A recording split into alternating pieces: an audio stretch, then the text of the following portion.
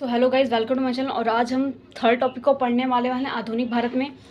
जो हमारा यूरोपियन के भारत का आगमन का उद्देश्य, जो यूरोपियन आए थे भारत में, उनका क्या उद्देश्य था, वो किस उद्देश्य के साथ भारत में आए थे, हम इसके बारे में पढ़ने वाले हैं। तो यूरोपीय कंपनियां भारत के आगमन का मुख्य उद्देश्य मसालों का व्यापार था। वो किस वजह से आए थे, उनका मुख्य उद्देश्य क्या था? मसालों के व्यापार था। भारत में आकर यूरोपीय कंपनियां ने विभिन्न स्थानों पर अपनी व्यापारिक बस्तियां स्थापित कर ली थी। और भारत में आकर के उन्होंने क्या किया, अपनी बहुत सारी जगहों पे व्यापारिक कंपनियों की बस्तियां स्थापित कर दी थी। हालांकि यह बस्तियां अथवा फैक्ट्री उत्पादन का केंद्र नहीं थी, बल्कि केवल भंडार गृह थी। और ये जो बस्तियां थी, ये कोई केंद्र नहीं थी।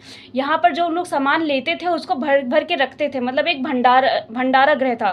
जैसे कि आज के टाइम में फैक्ट्री होती, जहाँ पे काम होता तो सारा माल वहीं पर रखा जाता, वैसे ही भंडार गृह था उनका ये। यहाँ पर वस्तुएं एवं मसाले आदि का संग्रह कर यूरोप में भेजा जाता था। मतलब यहाँ पे जो सारा मसाला वगैरह रहा वो रखा जाता था और उसे इकट्ठा करके सीधे यूरोप में भेजा जाता था। तो वो सारा का सारा माल धीरे धीरे यूरोप में भेजा जाता था। यह बस्तियां किलेबंद क्षेत्र की तरह होती थी। किलेबंद क्षेत्र का मतलब कोई किला नहीं है यहाँ पे, मतलब एक ऊंची ऊंची दीवारें की जाती थी जहाँ पे से कोई लोग जल्दी से फांद ना सके और कपार ना कर सके। तो इसलिए किले की तरह उनको मतलब एक ऊंची ऊंची दीवारें बना दी जाती थी, खूब लंबी सी, जिन्हें किले का नाम दे दिया जाता था। और हाँ, वीडियो क्वालिटी अच्छी ना हो तो वीडियो को हाई क्वालिटी में देख सकते हो तो क्लियर दिखाई देगा, ठीक है। और ये नोट्स बनाए हुए हैं, नोट्स से मैं डायरेक्टली पढ़ा रही हूँ, विपिन चंद्र की बुक से मैंने स्टडी कर रखी है। सेकेंड,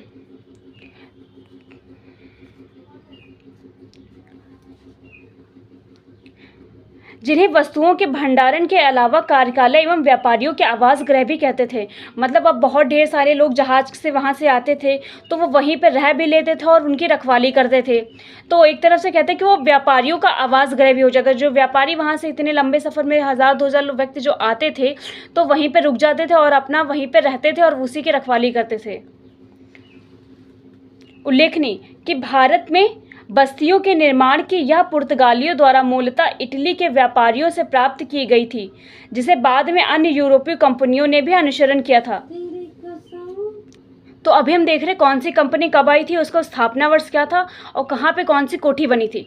तो पहले पुर्तगाली आए थे, तो पहले कौन सी कंपनी बनी थी? पुर्तगाली ईस्ट इंडिया कंपनी। ये वहीं पर बनी थी जहाँ के लोग रेस थे और ये भारत में बनी थी।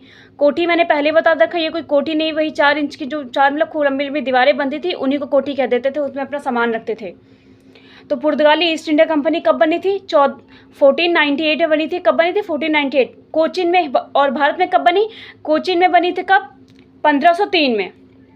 सेकेंड, दूसरे नंबर पे कौन आए थे? डच ईस्ट इंडिया कंपनी आई थी, जो डच में कब बनी थी? 1602 में बनी थी और मछलीपट्टनम में 1605 में आ गई थी। वो भारत में बन गई थी आके, ठीक है। फिर अंग्रेजी ईस्ट इंडिया कंपनी, ये 1600 में बनी थी, ठीक है। और भारत में कब आई थी? सूरत में आई थी, 1613 में औपचारिक रूप से आई थी। डेनिश ईस्ट इंडिया कंपनी, ये 1600 में बन गई, 1616 में बनी थी। और ट्रांकबेर में कब आई थी? भारत में कब आई थी ट्रांकबेर में? 1620 में आई थी। फ्रांसीसी ईस्ट इंडिया कंपनी, ये 1664 में इसका स्थापना वर्ष है। और भारत में कब आई थी? सूरत में आ गई थी, ये 1668 में आ गई थी। नेक्स्ट टॉपिक क्या है? भारत में पुर्तगालियों का आगमन। पुर्तगालियों के भारत आगमन का उद्देश्य डायरेक्टली हम थोड़ा शॉर्ट में इनको ट्रिक से पढ़ते हैं। यहाँ पे 3 टाइप में हम चीज़ को बांट के रखेंगे कि अरबों के व्यापारिक भाव को समाप्त करना। पहला कौन सा वो है कि अरबों के व्यापारिक भाव को समाप्त करना। सेकंड पॉइंट कौन सा है? मसालों के व्यापार पर एकाधिकार स्थापित करना। और थर्ड पॉइंट क्या था? भारत में ईसाई धर्म का प्रचार करना। 3 उद्देश्य मेन लेकर आए थे। हम धीरे धीरे स्टार्टिंग से पढ़ते हैं। तत्कालीन राजकुमार मैनुअल प्रथम के आह्वान पर पुर्तगाली व्यापार एवं नविका वास्को डी गामा द्वारा मई 1498 में भारत की खोज की गई।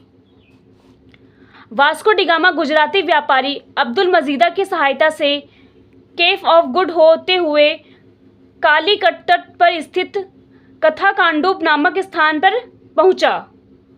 मतलब किसकी सहायता लेकर के आया था? व्यापारी थे जो गुजराती का, तो कौन है? अब्दुल मजीद की सहायता से वो भारत में पहुंचे थे। 1500 ईस्वी में पेड्रो अल्वारेज कैबाल भारत आने पर दूसरा पुर्तगाली व्यापार 1502 में वास्को डी गामा पुनः भारत आया, दोबारा ये भारत आए थे, ठीक है, 1500 ईस्वी में, और 1502 में ये भारत दोबारा आए थे। वास्को डी गामा जब पुर्तगाली वापस लौटा तो उन्हें भारत को लेकर गए मसालों से 60 गुना अधिक मूल्य पर बेचा गया। मतलब जितना वो समझ लो, अगर वो 1 लाख कमाते तो डायरेक्टली उनका 60 लाख का मुनाफा हो गया। अब के ज़माने में बता रही हूँ, तो डायरेक्टली उनका 60 लाख का मुनाफा हुआ। इस तरीके से रेशियो निकाल सकते हैं।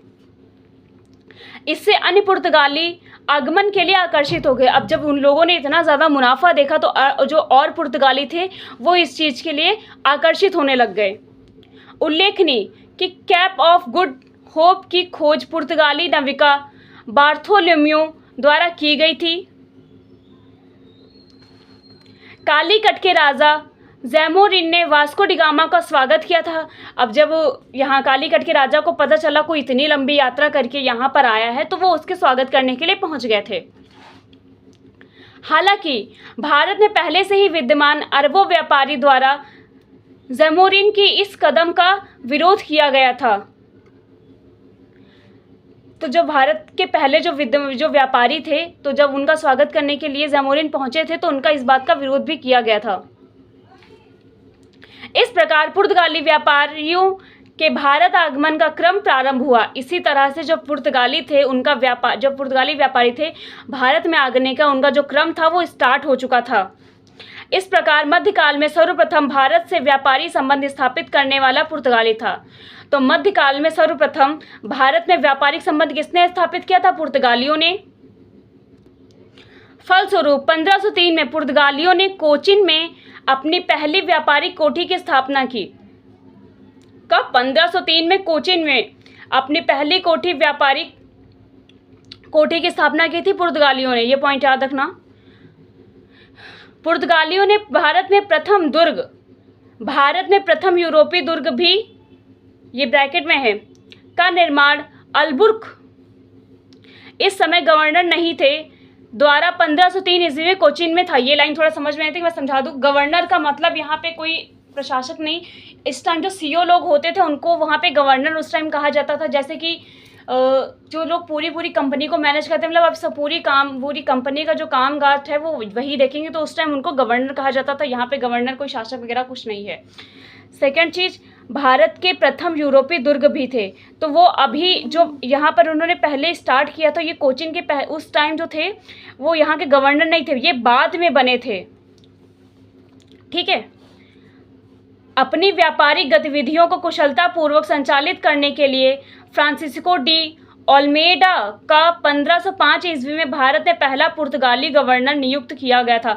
1505 में पहला पुर्तगाली गवर्नर नियुक्त किया गया था। ठीक है, क्योंकि ये पूरी की पूरी बिजनेस इनको नॉलेज थी अच्छी खासी। 1509 ईस्वी में फ्रांसिस्को डी ओल्मेडा ने द्वीप पर अधिकार स्थापित कर लिया। कब? 1509 में उन्होंने अपना अधिकार स्थापित कर दिया था। साथ ही अल्मेडा ने हिंद महासागर के व्यापार पर नियंत्रण स्थापित करने के लिए ब्लू वाटर पॉलिसी अथवा शांत जल की नीति को अपनाया। अपना अधिकार स्थापित करने के लिए, नियंत्रण करने के लिए कौन सा? हिंद महासागर के व्यापारों पर नियंत्रण स्थापित करने के लिए ब्लू वाटर पॉलिसी अथवा शांत जल की नीति को अपनाया। वस्तुतः यह अल्मेडा की दूरदृष्टि का परिणाम था। किसकी दूरदृष्टि का परिणाम था? अल्मेडा की, कि उसने तत्कालीन भारतीय शासकों के विपरीत समुद्री व्यापार के महत्व को समझा। मतलब जो भारत के जो शासक थे उन्होंने समुद्र के व्यापार को इतना ज़्यादा महत्व नहीं दिया था। उसने सबसे पहले मतलब इस चीज़ को समझा कि अगर भारत समुद्र पर अपना हमने नियंत्रण स्थापित कर लिया तो हमारा बहुत ज़्यादा प्रॉफिट होगा बाद में।